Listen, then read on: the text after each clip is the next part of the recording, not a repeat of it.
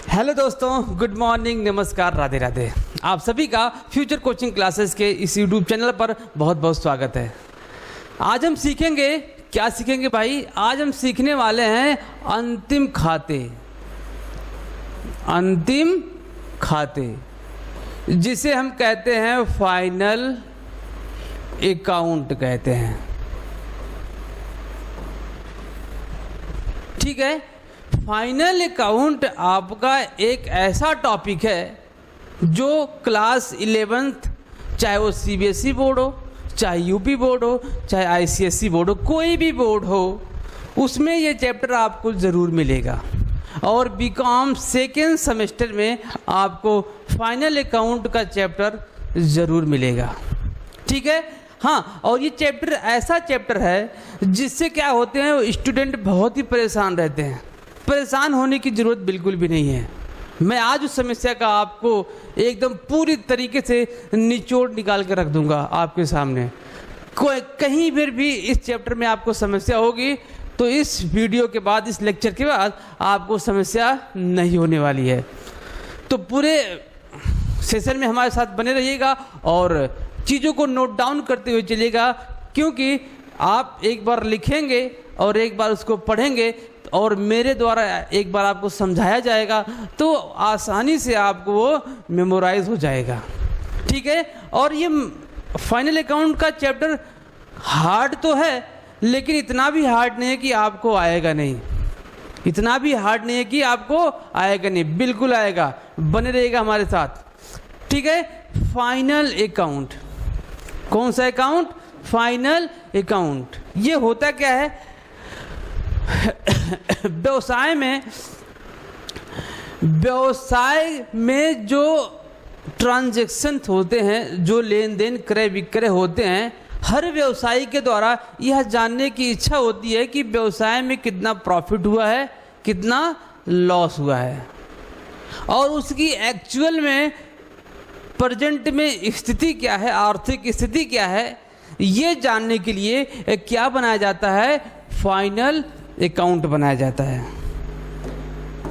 क्या बनाया जाता है? फाइनल अकाउंट बनाया जाता है। ठीक है, देखते हैं फाइनल अकाउंट में बनता क्या है। फाइनल अकाउंट में 3 खाते बनते हैं। पहला खाता आपका होता है ट्रेडिंग अकाउंट का, ट्रेडिंग अकाउंट। दूसरा खाता आपका होता है PNL, profit and loss account. और आपका तीसरा खाता होता है final account, sorry, balance sheet. तीसरा क्या होता है? बैलेंस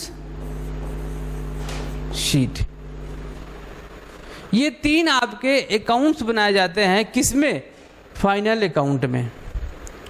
ठीक है, ट्रेडिंग अकाउंट से किसी भी व्यवसाय का कौन सा स्थिति पता चलता है, उसकी ग्रॉस प्रॉफिट क्या है, आपको ट्रेडिंग अकाउंट से मिलेगी। एक्चुअल प्रॉफिट नहीं होती है। क्या होता है ये? एक्चुअल प्रॉफिट आपका नहीं होता है। क्या होता है ये? ग्रॉस प्रॉफिट होता है। अभी हम देखेंगे इसमें क्या क्या जाता है, कैसे कैसे दिखाया जाता है। दूसरा क्या होता है? प्रॉफिट एंड लॉस अकाउंट बना जाता है। ठीक है, प्रॉफिट एंड लॉस अकाउंट से क्या पता चलता है? किसी भी कंपनी या व्यवसाय का क्या पता चलेगा? नेट प्रॉफिट पता चलेगा या नेट लॉस पता चलेगा। कंफर्म? अब बैलेंस शीट से क्या पता चलेगा? बैलेंस शीट से उसकी आर्थिक स्थिति प्रेजेंट में कितनी है, ये उसको पता चलेगा। मतलब सर समझ में नहीं आया, आर्थिक स्थिति का मतलब समझ में नहीं आया। देखिए क्या इसका मतलब कि उसके पास लायबिलिटीज कितने हैं एंड क्या एसेट्स कितने हैं, ये आपको क्या बता के देगा? आपको बैलेंस शीट बता के देगा। कंफर्म ना? अब देखिए ट्रेडिंग अकाउंट से क्या पता चलेगा? Gross profit. ग्रॉस प्रॉफिट क्या होता है? वो किसी भी व्यवसाय का, किसी भी बिजनेस का एक्चुअल प्रॉफिट नहीं होता, वो नेट प्रॉफिट नहीं होता है। इसके बाद प्रॉफिट एंड लॉस से हमको क्या पता चलेगा? एक्चुअल प्रॉफिट, नेट प्रॉफिट, शुद्ध प्रॉफिट जिसे हम कहते हैं, उसे क्या बोलते हैं? प्रॉफिट एंड लॉस से पता चलेगा। प्रॉफिट एंड नेट प्रॉफिट कैसे होता है? इसमें से क्या करेंगे, जितने भी बिजनेस से रिलेटेड इनडायरेक्ट एक्सपेंसेस होंगे उसको माइनस कर देंगे, जो राशि प्राप्त होगी वो क्या कहलाएगी? वो कहलाएगी आपकी नेट प्रॉफिट, कहलाएगी आपकी नेट प्रॉफिट। तो हमको प्रॉफिट एंड लॉस से क्या पता चलेगा? नेट प्रॉफिट कितना है किसी व्यवसाय का, वो हमको यहाँ से पता चलेगा। और किसी भी व्यवसाय की आर्थिक स्थिति कितनी है वो कहाँ से पता चलेगा? बैलेंस शीट से पता चलेगा। ठीक है, इतनी बात समझ में आई। अब देखिए हम देखने वाले हैं ट्रेडिंग अकाउंट और प्रॉफिट एंड लॉस अकाउंट और किसका? बैलेंस शीट का एक छोटा सा फॉर्मेट देखेंगे जिसमें क्या क्या जाता है, इसको देखेंगे। इसके बाद हम आगे बढ़ेंगे कि एडजस्टमेंट क्या होता है। ठीक है, चलिए देखते हैं। मैंने एक फॉर्मेट बना रखा है आप लोगों के लिए ट्रेडिंग अकाउंट का। अब आप देखिए कि ट्रेडिंग अकाउंट के डेबिट पोर्शन में और ट्रेडिंग अकाउंट के क्रेडिट पोर्शन में क्या क्या जाता है। देखिए तो सबसे पहले हम दिखाएंगे किसको? सबसे पहले दिखाया जाएगा आपका परचेज। ट्रेडिंग अकाउंट के डेबिट पोर्शन में सबसे पहले दिखाएंगे परचेज अकाउंट को। अब यदि इस परचेज अकाउंट में कोई रिटर्न्स आया होगा, व्यवसाय में हो सकता है कि कोई रिटर्न आएगा, हमने माल खरीदा रहा होगा, हमने क्या करेंगे? उसको रिटर्न करेंगे। तो क्या करेंगे? परचेज रिटर्न यहां से क्या कर देंगे? माइनस कर देंगे। बात समझ आए ना? और यहां पर इसके बाद ध्यान से सुनिएगा, इसके बाद जितने भी डायरेक्ट एक्सपेंस होंगे, कौन से एक्सपेंस? एक बार फिर से सुनिएगा, डायरेक्ट एक्सपेंस जितने भी होंगे ट्रेडिंग अकाउंट के डेबिट पोर्शन में दिखाया जाएगा। कौन से एक्सपेंस भाई? Direct expense. इतना बात आप ध्यान रखिएगा। अब ये डायरेक्ट एक्सपेंस क्या होता है? डायरेक्ट एक्सपेंस कुछ नहीं होता भाई। अब देखो, हम जो रॉ मटेरियल परचेज करके अपने कारखाने में लेके आने वाले हैं, अपने व्यवसाय में लेके आने वाले हैं, उससे रिलेटेड मतलब कि कह सकते हैं जब तक कि मैन्युफैक्चरिंग का काम नहीं शुरू हो जाता, उस रॉ मटेरियल पर उस पे जितने भी एक्सपेंस किए जाएंगे वो क्या कहलाएंगे? आपके डायरेक्ट एक्सपेंस कहलाएंगे। जैसे जैसे एग्जांपल देखते हैं, आपका व्यवसाय सेटअप है लखनऊ में और आप क्या करने वाले हैं? रॉ मटेरियल मंगाने वाले हैं दिल्ली से। जब आप रॉ मटेरियल परचेज करेंगे कहाँ से? दिल्ली से। वहाँ से उस रॉ मटेरियल को लाने में आपके जितने भी खर्चे होंगे, जितने भी वेजेज आप करेंगे और इस पर कैरेज इनवर्ड खर्चा करेंगे, कोल, गैस और वाटर खर्चा करेंगे और फ्यूल लगाएंगे, ऑक्ट्राई पेमेंट करेंगे और कैरेज ऑन परचेज, ये सब जितने भी खर्चे होते हैं, क्या होते हैं? जितने भी खर्चे होंगे कारखाने तक लाने में उस रॉ मटेरियल को, वो क्या कहलाते हैं? डायरेक्ट एक्सपेंस कहलाते हैं। ठीक है, ओके भाई। चलिए, ये क्या हो गया? आपका डेबिट पोर्शन हो गया, जिसमें क्या क्या गया?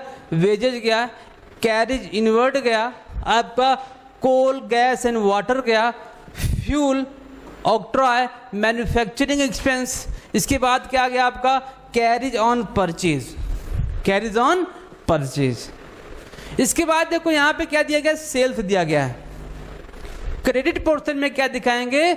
सेल्स को दिखाएंगे और सेल्स में से सेल्स रिटर्न को क्या कर देंगे? माइनस कर देंगे। इसके बाद अमाउंट को अमाउंट वाले कॉलम में दिखा देंगे। इसके बाद दिखाएंगे आपका क्लोजिंग स्टॉक।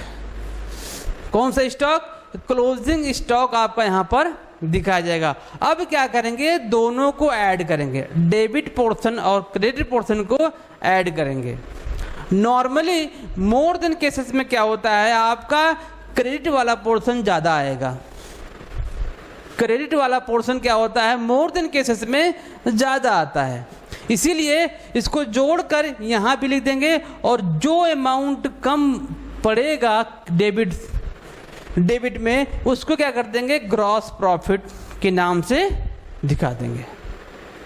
बात समझ में आ गई ना? जो अमाउंट कम होगा, बैलेंसिंग फिगर होगा, वो आपका क्या कहलाएगा, ग्रॉस प्रॉफिट कहलाएगा। ठीक है, चलिए आगे देखते हैं। ये तो ट्रेडिंग अकाउंट हो गया। ट्रेडिंग अकाउंट के बाद प्रॉफिट एंड लॉस अकाउंट। कौन सा?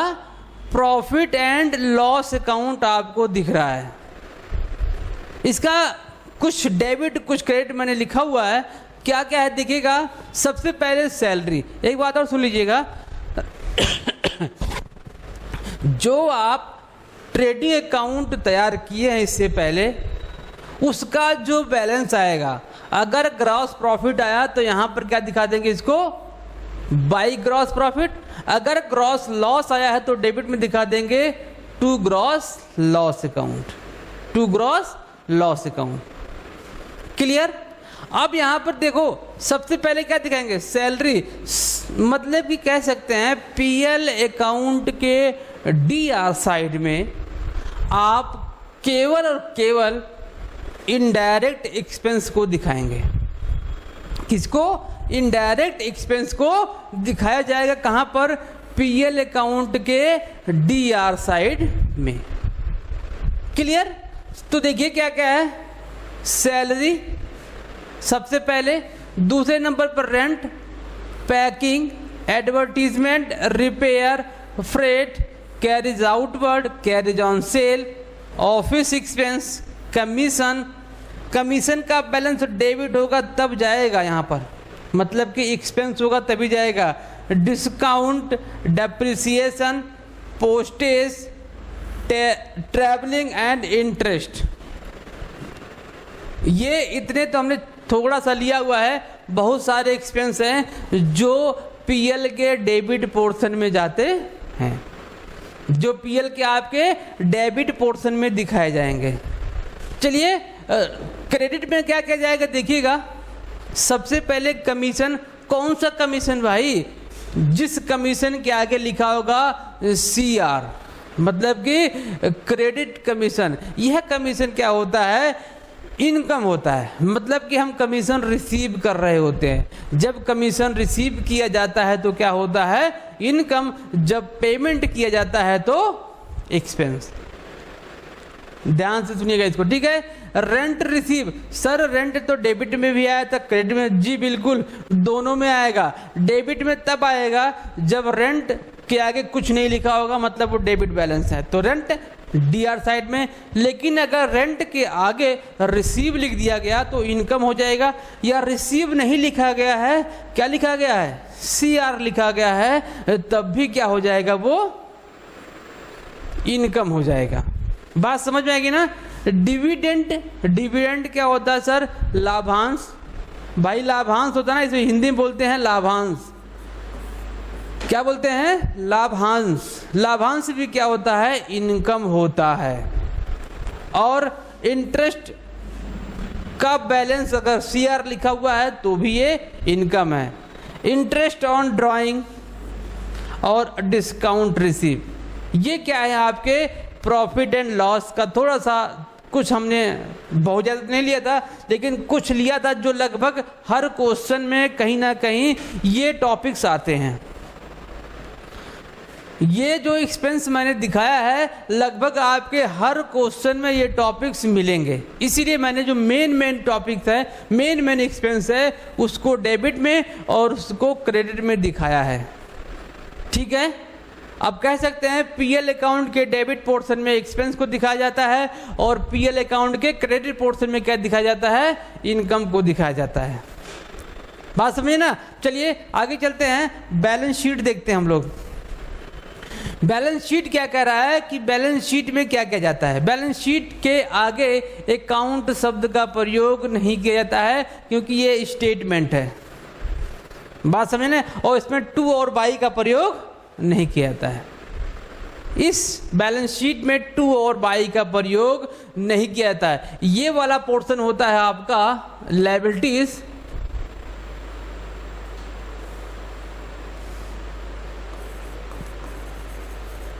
लायबिलिटीज एंड ये वाला पोर्शन होता है आपका एसेट्स। लायबिलिटीज एंड एसेट्स होता है, ठीक है। लायबिलिटी में क्या दिखाया जाता है? सबसे पहले दिखाया जाता है आपका कैपिटल। बैलेंस शीट के लायबिलिटीज साइड में सबसे पहले क्या दिखाएंगे हम? कैपिटल दिखाएंगे। और कैपिटल में क्या ऐड करेंगे? Net profit. अगर नेट लॉस हुआ है तो कैपिटल में से माइनस हो जाता है, और प्रॉफिट हुआ तो क्या हो जाएगा? वो ऐड हो जाएगा। बात समझे ना? इसके बाद इसमें से घटा क्या देते हैं भैया? घटाते हैं ड्राइंग को। आहरण को क्या करते हैं? कैपिटल में से माइनस कर देते हैं। क्रेडिटर को दिखाते हैं, बैंक ओवरड्राफ्ट को दिखाते हैं, डिवेंचर को दिखाते हैं, बैंक लोन को दिखाते हैं, bills payable, journal reserve and outstanding expense. मतलब कह सकते हैं कैपिटल दिखाने के बाद बिजनेस में जितने भी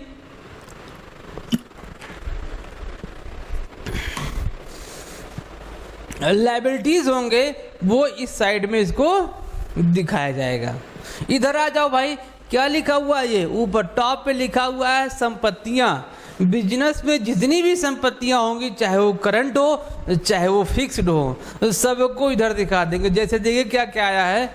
बिल्डिंग आपका फिक्स एसेट, फर्नीचर आपका फिक्स एसेट, लैंड आपका फिक्स एसेट, प्लांट आपका fix asset and investment current and fix दोनों हो सकता है। शॉर्ट टर्म के लिए इन्वेस्टमेंट तो करंट, अगर लॉन्ग टर्म के लिए है तो fix. Debtors short term current account होता है। बिल्स रिसीवेबल करंट एसेट्स होता है। लूज एंड टूल्स आपका फिक्स होता है। Cash in hand, bank stock and prepaid, जितनी भी संपत्तियां होंगे आप कहाँ दिखाएंगे? बैलेंस शीट के एसेट साइड में दिखाएंगे।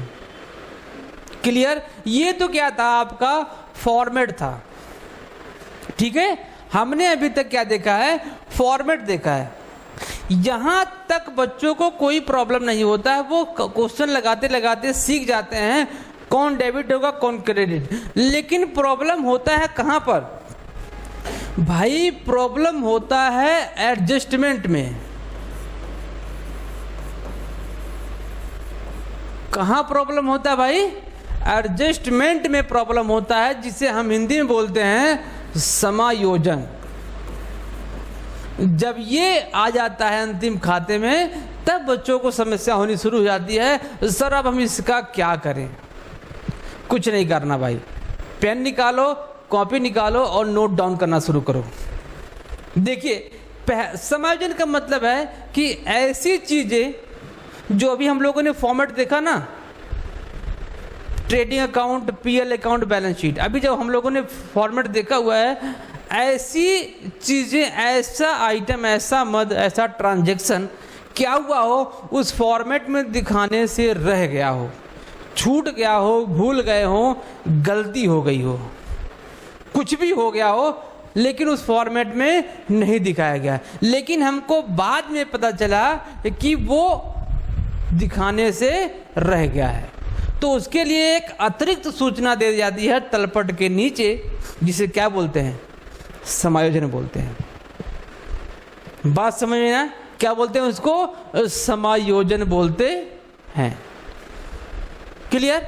आज हम कुछ ऐसे समायोजन देखने वाले हैं जो हर क्वेश्चन में लगभग आपको मिल जाएंगे। हर क्वेश्चन में क्या हो जाएंगे? आपको मिल जाएंगे। चलिए सबसे पहले हम देखने वाले हैं, और एक चीज और आप नोट डाउन कर लीजिएगा कि समायोजन क्या होता है। जो भी समायोजन होगा वो दो जगह दिखाया जाता है। कितनी जगह? दो जगह दिखाया जाता है। एडजस्टमेंट में जो दे दिया गया उसको दो जगह दिखाना है, चाहे बैलेंस शीट में दिखाओ दो जगह, या अलग अलग ट्रेडिंग या पीएल में दिखा दो, या trading balance sheet PL balance sheet, कहीं पर भी दिखाओ। अब कहाँ दिखाना है यही प्रॉब्लम है, उस एडजस्टमेंट को कहाँ दिखाना है यही प्रॉब्लम है। चलिए उस प्रॉब्लम को हम खत्म करते हैं। पहला देखिए, सबसे पहला जो हर क्वेश्चन में आता है जिसे क्या बोलते हैं, आदत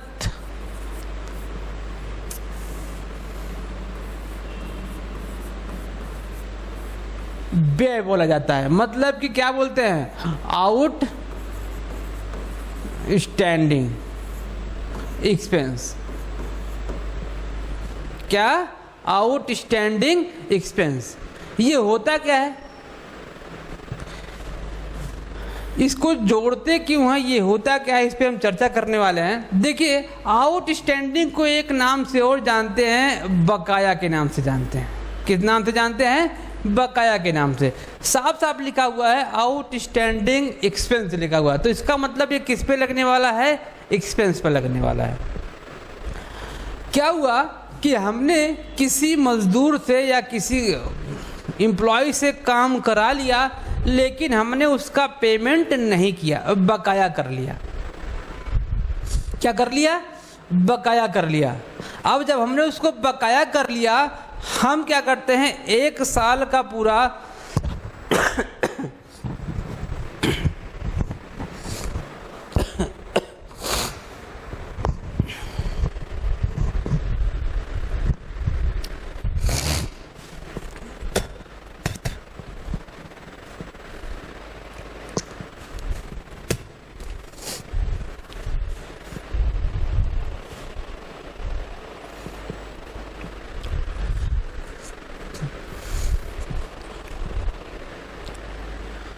बैलेंस शीट तैयार करते हैं या ट्रेडिंग या पीएल तैयार करते हैं। मतलब कि एक साल में जितने भी ट्रांजैक्शन हुए हैं हम उनका केवल ब्यौरा निकालते हैं।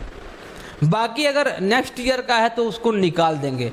करंट ईयर का अगर है वो प्राप्त हुआ है या नहीं हुआ है, दिया है कि नहीं दिया है, उसको जोड़ेंगे कि घटाएंगे, अभी हम देखेंगे।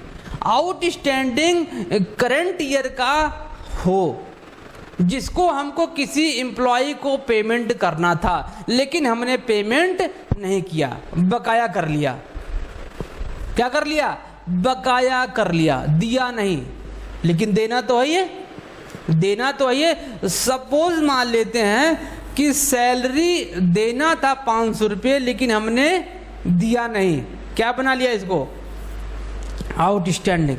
तो हमको अगर हम इसको नहीं दिखाएंगे तो जो हमारा प्रॉफिट एंड लॉस है करंट ईयर का, वो सही फिगर प्रेजेंट नहीं करेगा। इसीलिए क्या करते हैं, इस आउटस्टैंडिंग को सैलरी में ऐड कर देते हैं।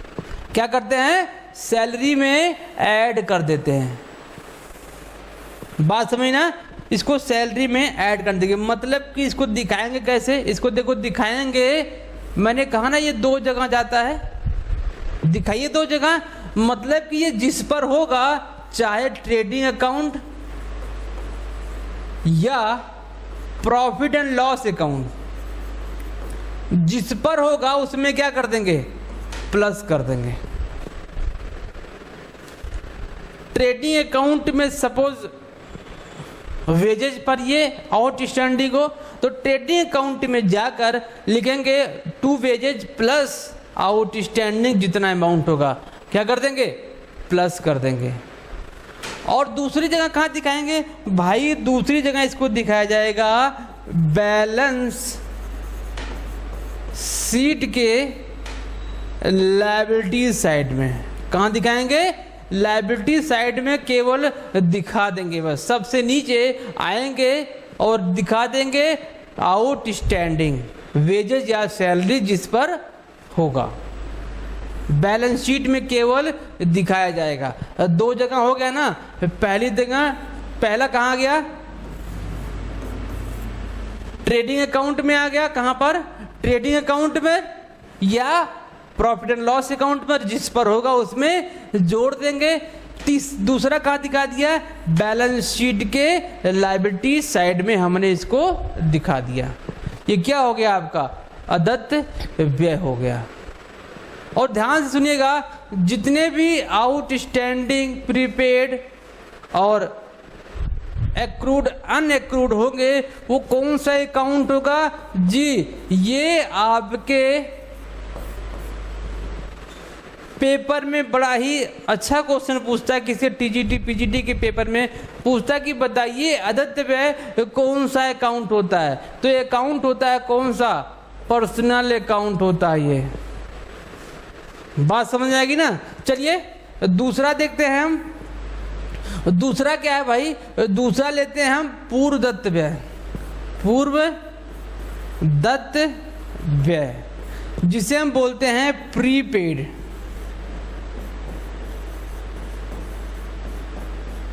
Prepaid expense. अब ये क्या होता है? अभी तो हमने आउटस्टैंडिंग में बकाया कर लिया था, अभी ये क्या हो गया? प्रीपेड हो गया भाई। क्या हो गया? प्रीपेड हो गया। पेमेंट अभी करना नहीं था, लेकिन हमने पहले ही पेमेंट कर दिया। अभी हमने काम कराया ही नहीं, अभी मजदूर से हमने मजदूरी कराई नहीं, ठीक है। एम्प्लॉय का पूरा महीना पूरा नहीं हुआ, लेकिन हमने उसको क्या दे दिया? एडवांस में पेमेंट कर दिया।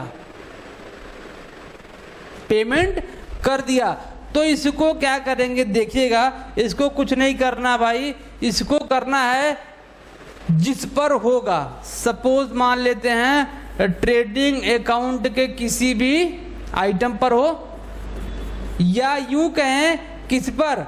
पीएल के किसी अकाउंट में हो, तो वहां पर इसको क्या कर देंगे? माइनस कर देंगे।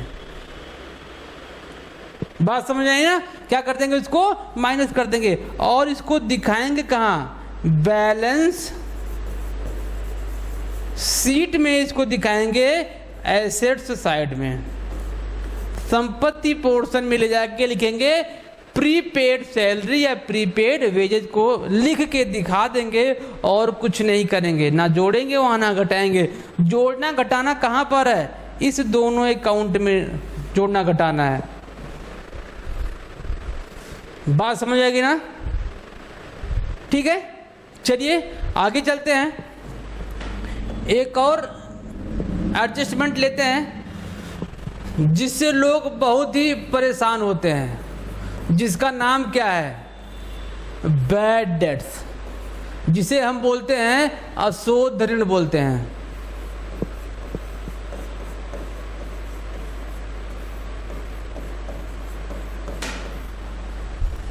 क्या बोलते हैं? अशोध ऋण जिसे बोला जाता है। इसका बड़ा ही गंदा सा ट्रीटमेंट है, लेकिन फिर भी हम सीखेंगे और आसान देखो कैसे बनाते हैं। क्या है? एक फॉर्मूला है, 1 में 2 जोड़ा और 3 क्या कर देंगे? घटा देंगे। आपका जो अमाउंट आएगा उसको दिखा देंगे। सर ये क्या है? सर ये क्या है? देखिए क्या भाई, हमने कहा 1 में क्या जोड़ देंगे? 2 नंबर को जोड़ देंगे और 3 नंबर पे जो होगा उसको क्या कर देंगे? माइनस कर देंगे। अब हम देखेंगे 1 नंबर क्या होता है।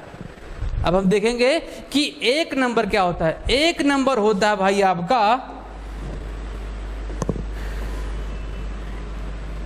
Bad debt. जो फर्स्ट नंबर पे दिखाया जाएगा उसे क्या बोलेंगे? बैड डेट बोलेंगे। और ये आपको मिलेगा कहां? ये आपको मिलेगा ट्रायल बैलेंस के डेबिट पोर्शन में। कहां पर दिखाया जाएगा? ये मिलेगा आपको कहां पे? ट्रायल बैलेंस के डेबिट साइड में आपको मिल जाएगा। क्या लिखा मिलेगा? अशोध ऋण करके मिलेगा या बैड डेट करके लिखा हुआ आपको मिल जाएगा। अब 2 नंबर क्या जोड़ा जाएगा भाई? देखिएगा, 2 नंबर आपको जोड़ेंगे, ये क्या होता है? न्यू प्रोविजन जिसे कहते हैं हम। क्या बोलेंगे इसको? ये आपको मिलेगा न्यू प्रोविजन करके। सर समझ में नहीं आया। जी बिल्कुल बताते हैं समझ में क्यों नहीं आया। न्यू प्रोविजन क्या होता है? आप एडजस्टमेंट में जाएंगे और नीचे आपको अगर कोई एडजस्टमेंट होगा तो कहेगा कि देनदारों पर 5%, 10% अशोध ऋण के लिए क्या करिए, प्रावधान करिए। ऐसा करके आपको मिल जाएगा। मतलब कि डेटर्स पर जब प्रोविजन बनाने की बात कहेगा, कहां पर, एडजस्टमेंट में, तो कौन सा नंबर होगा, सेकेंड नंबर होगा। बात समझ ना, ये आपको कहां मिलेगा, एडजस्टमेंट में मिलेगा, एडजस्टमेंट में आपको मिल जाएगा। क्लियर, ठीक है। अब तीसरा जो मोस्ट इंपॉर्टेंट है, ये आपको कहां मिलेगा, इसे बोलते हैं ओल्ड प्रोविजन।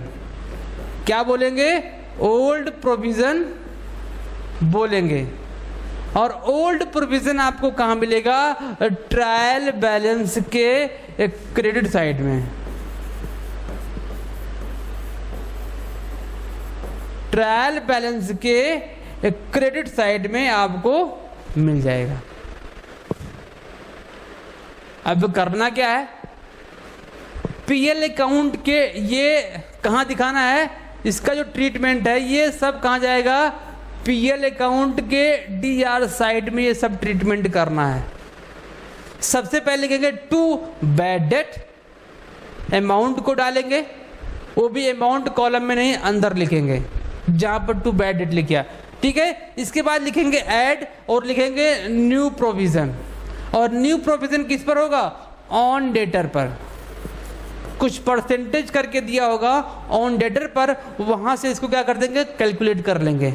डेटर पे 5%, 10% जितना भी कहेगा उसको हम निकाल लेंगे और बैड डेट में ऐड कर देंगे। ऐड करने के बाद माइनस करेंगे क्या, थर्ड नंबर, ओल्ड प्रोविजन। ये आपको कहाँ मिलेगा, ट्रायल बैलेंस के क्रेडिट साइड में लिखा होगा अशोध ऋण के लिए प्रावधान, प्रोविजन फॉर बैड डेट करके आपको मिल जाएगा। वो भी कहां पर, ट्रायल बैलेंस के सीआर पोर्शन में, ठीक है। ट्रायल बैलेंस के सीआर पोर्शन में आपको ये वहां पर मिल जाएगा। ओके, कंफर्म है ना।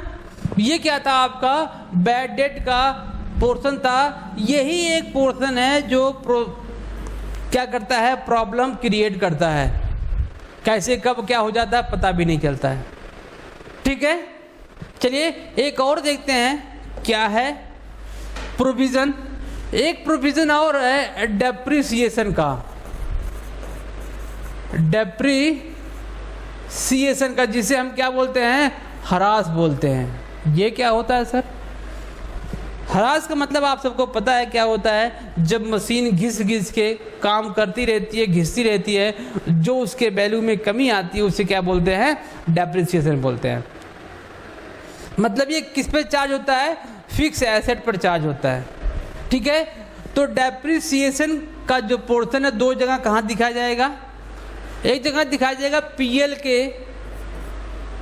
पीएल के डीआर साइड में इसको दिखाएंगे, और दूसरा बैलेंस शीट, कहाँ पर, बैलेंस शीट के किस साइड में, एसेट साइड में, संपत्ति पक्ष में क्या करेंगे, माइनस कर देंगे जिस पर होगा, उस संपत्ति में से क्या कर देंगे, माइनस कर देंगे। सपोज प्लांट पर डेप्रिसिएशन लगाया गया है तो लिखेंगे प्लांट की वैल्यू, उस पर माइनस करेंगे जितना % डेप्रिसिएशन होगा, जितना % क्या होगा उस पर डेप्रिसिएशन होगा, उसको क्या कर देंगे, यहाँ से माइनस कर देंगे। कंफर्म। चलिए देखते हैं एक दो और देखते हैं, इसके बाद क्लास को ओवर करेंगे, फिर हम नेक्स्ट क्लास में सीखेंगे और सब चीज़ें। देखिए क्या है, एक और प्रॉब्लम आता है, कहता है एक्रूड का, एक्रूड इनकम। अभी तक किसकी बात चल रही थी, एक्सपेंस की बात चल रही है, इसको हिंदी में बोलते हैं उपार्जित, उपार्जित आय बोला जाता भाई। अब इसका क्या करना है, आप लोगों ने अभी सीखा आउटस्टैंडिंग, सेम ये है। आउटस्टैंडिंग किस पे लगता था, एक्सपेंस पे लगता है, ये किस पे लगेगा, इनकम पे लगेगा, बस इतना फर्क है। बस क्या है देखिएगा, एक्रूड इनकम क्या हुआ, एक्रूड इनकम का मतलब होता है कि ऐसा आय जो कमा लिया गया है लेकिन अभी हमको प्राप्त नहीं है। बात समझ में आ गई? एक्रूड इनकम, हमने काम कर लिया लेकिन हमको रिसीव अभी उसका पैसा नहीं हुआ, तो उसे क्या बोलते हैं? एक्रूड इनकम बोला जाता है। इसको करेंगे क्या? देखिएगा, इसको करेंगे पीएल अकाउंट के कहाँ पर? क्रेडिट साइड में जिस पर होगा उस पे क्या कर देंगे? प्लस कर देंगे। जिस भी पोर्शन पर होगा, जिस भी ट्रांजैक्शन पर होगा उसमें इसको प्लस कर देंगे। और क्या करेंगे? और इसको बैलेंस शीट में आएंगे, बैलेंस शीट में आएंगे और कहां पर? संपत्ति साइड में इसको क्या करेंगे? दिखा देंगे। दो जगह हो गया, पीएल अकाउंट के क्रेडिट साइड में इसको दिखा देंगे और बैलेंस शीट के एसेट साइड में इसको एक्रूड इनकम करके दिखा देंगे। ठीक है, एक और देखते हैं, अनअर्न इनकम, जिसे अनएक्रूड भी बोलते हैं। क्या बोलते हैं? अन एक्रूड इनकम भी बोला जाता है। क्या बोला जाता है? अनएक्रूड। इसका एक और नाम है अनअर्न इनकम। इनकम अनुपार्जित आय, इसको हिंदी में बोलते हैं अनुपार्जित आय। इसको इनकम रिसीव इन एडवांस के नाम से भी जाना जाता है। इनकम रिसीव इन एडवांस, अभी हमने काम नहीं किया लेकिन हमको पैसा पहले प्राप्त हो जाए, है ना? काम नहीं किया लेकिन हमको इनकम पहले प्राप्त हो जाए तो क्या कहलाएगा? वो अनअर्न इनकम। तो ये जिस साल में हम अकाउंटिंग कर रहे हैं हो सकता है उससे रिलेटेड ना हो, इसलिए क्या करेंगे? वहाँ से इसको हटा देंगे। हटाने का मतलब पीएल अकाउंट के सीआर पोर्शन में क्या कर देंगे? इसको माइनस कर देंगे, जिस पर होगा उसमें से माइनस कर देंगे। और बैलेंस शीट के कहाँ पर? बैलेंस शीट के लायबिलिटी साइड में इसको, लायबिलिटी साइड में इसको केवल क्यों लिख देंगे? अनअर्न या अनएक्रूड इनकम करके दिखा देंगे और ये हो जाएगा इसका काम खत्म। ठीक है, तो ये कुछ हमने एडजस्टमेंट देखा अभी आज की क्लास में।